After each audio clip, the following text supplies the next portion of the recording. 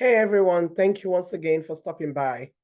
Today I want to go in to say one thing that's very, very key to your healing, to our healing, to our staying on track with our healing and our healing journey. And that is be comfortable with cutting people out of your life. Be very comfortable with cutting people out. And who are you cutting out? The people who have been friends, associates, family, close circle, everybody. Everybody that isn't good for your healing, your recovery, your healing journey, your new era, your new life, your new phase. Cut them out. Let me get into it one by one. Who are we cutting out? The one who invalidates your point. The one who invalidates your point. And I've done this well enough. I've always done it since beginning my healing journey and recovery. And recently, unfortunately, I had to cut someone off. I had to cut them out. Why? Because this is someone who I considered my person, my people, and they knew about my healing and recovery journey. They knew everything about it. During the time that my healing journey was like, would I say, at its prime, I genuinely believed that they were my people because they themselves had had a relationship or marriage failures.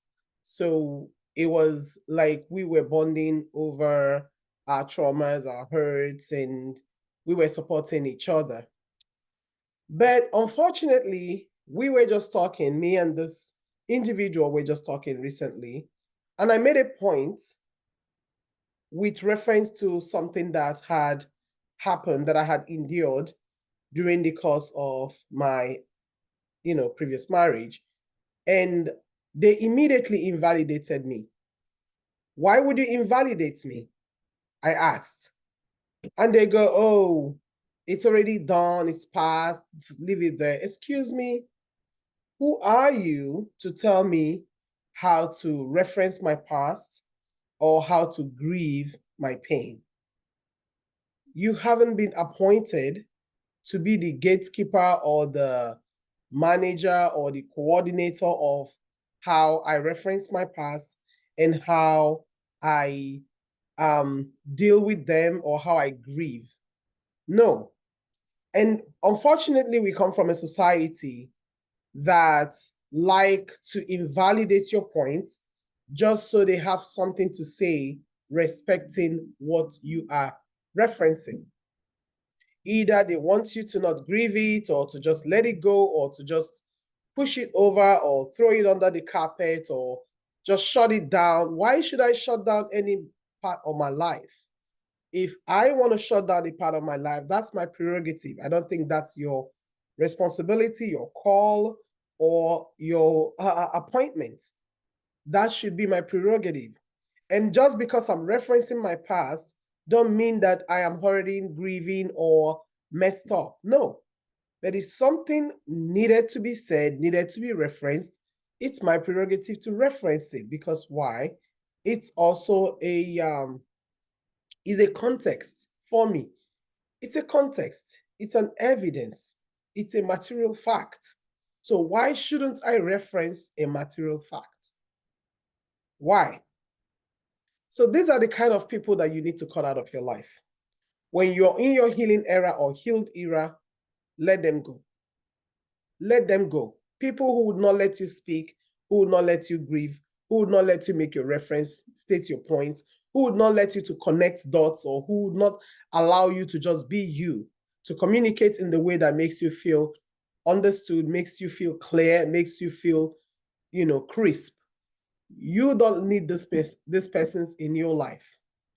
And secondly, you also have to, when you take inventory of these persons, you realize they haven't done you any much good. They haven't.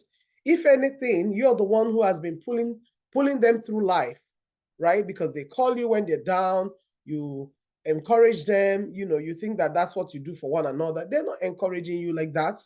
They're not encouraging you. They aren't. If they were, they would not invalidate your points just to make you feel small. They will not invalidate your points.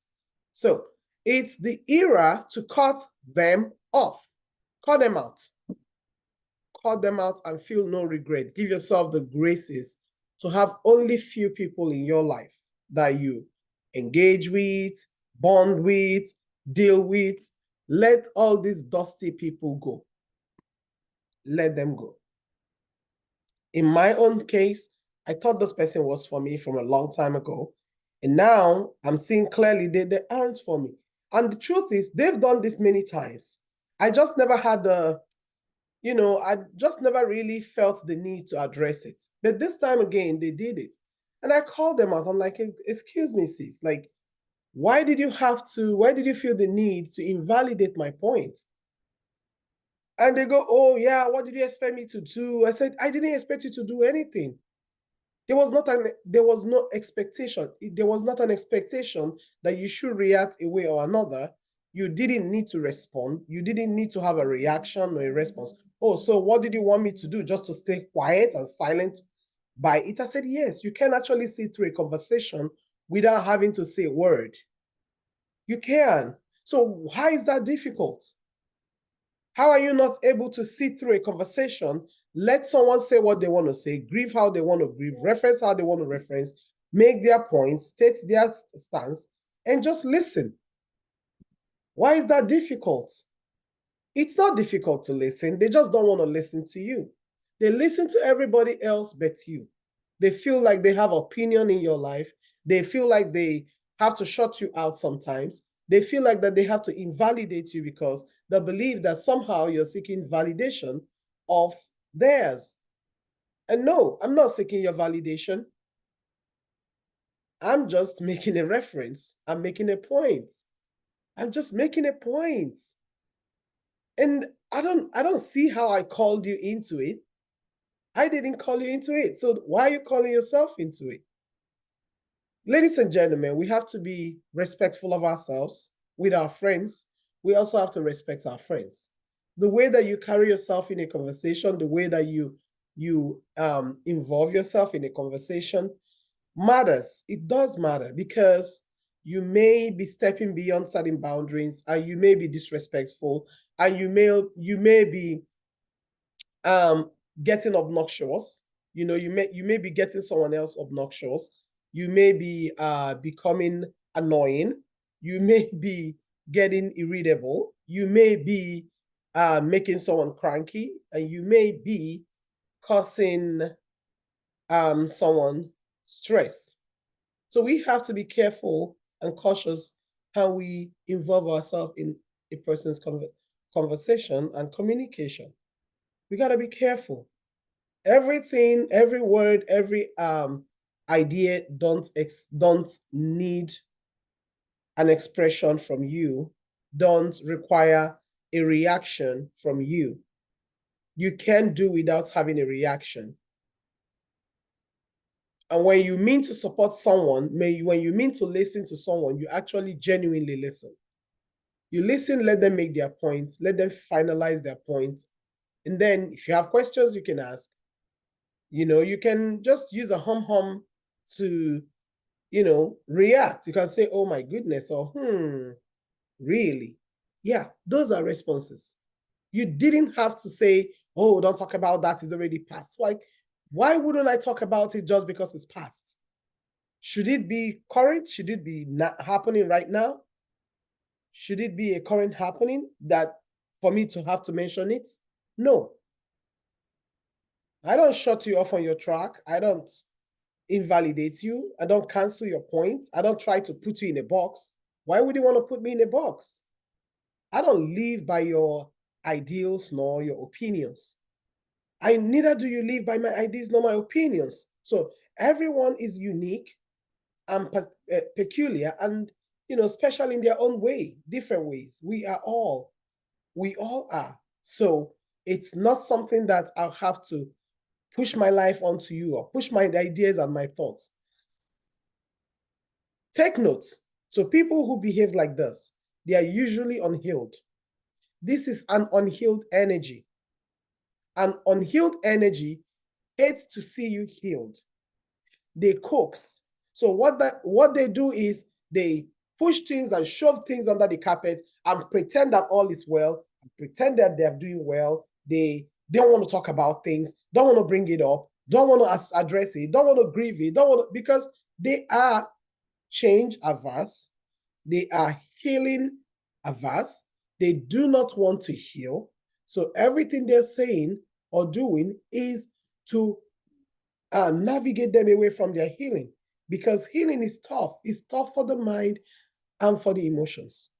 Because when you're healing, you have to address those things that are very difficult for you to address. And those things that make you feel dumb, stupid, naive, unfulfilled, unhappy, stressed out, hurt, depressed, anxious, last but not the least, absolutely disappointed in yourself.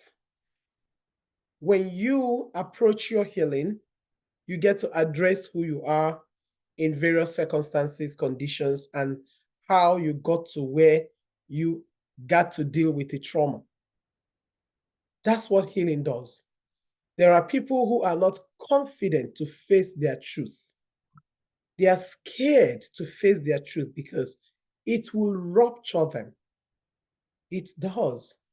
Because when you face your truth and you unravel the details about who you are within that situation, you're going to break down. It will break you down.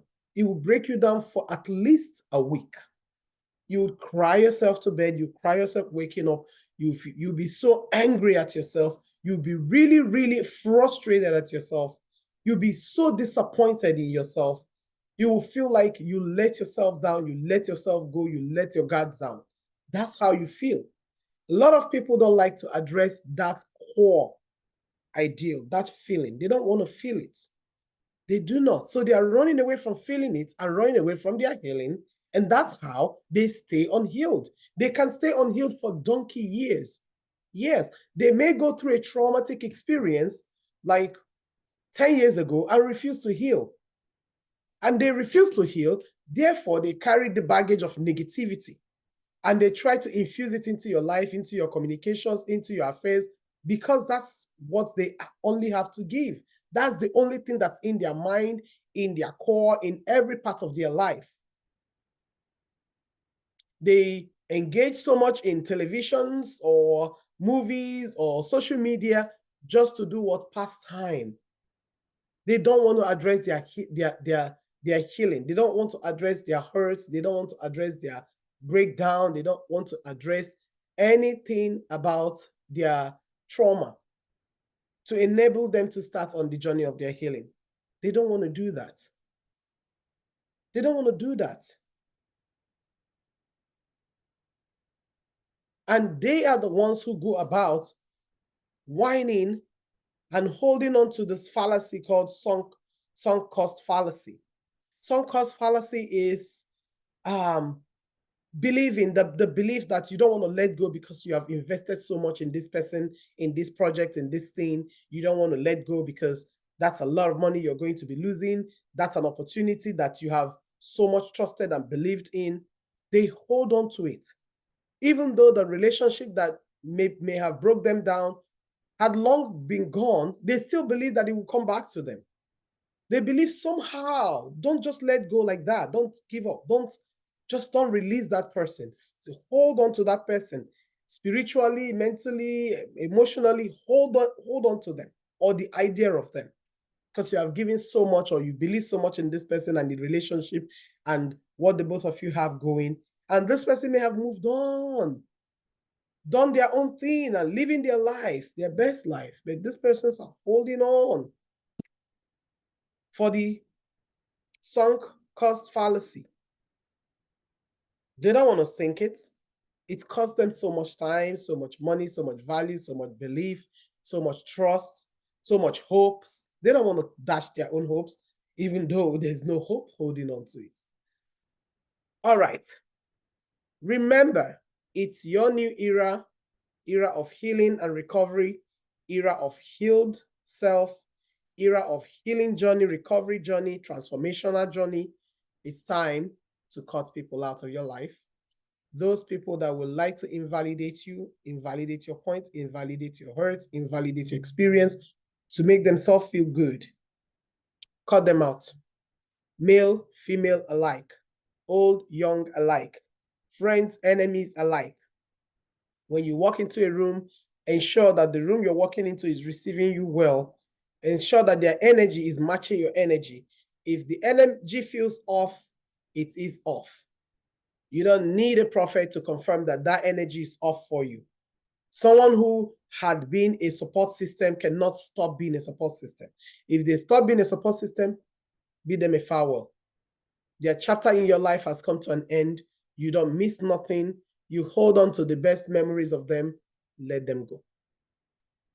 Thank you. I hope this resonates with somebody, and ask your questions. Tell me what else you would like me to address and analyze. Let's keep going. It's a healing season. It's a recovery journey. Alchemizing. Remember that we are transforming and alchemizing because we are alchemists. Love you much. Coach Amaka here. Try to follow for more, spread our message, and don't forget to subscribe. You can also reach me for a one-on-one coaching or group coaching or seminars at www.coachamaka.ca. Our phone number is there, our other contacts there. Fill out our contact form. I will be right with you. Bye.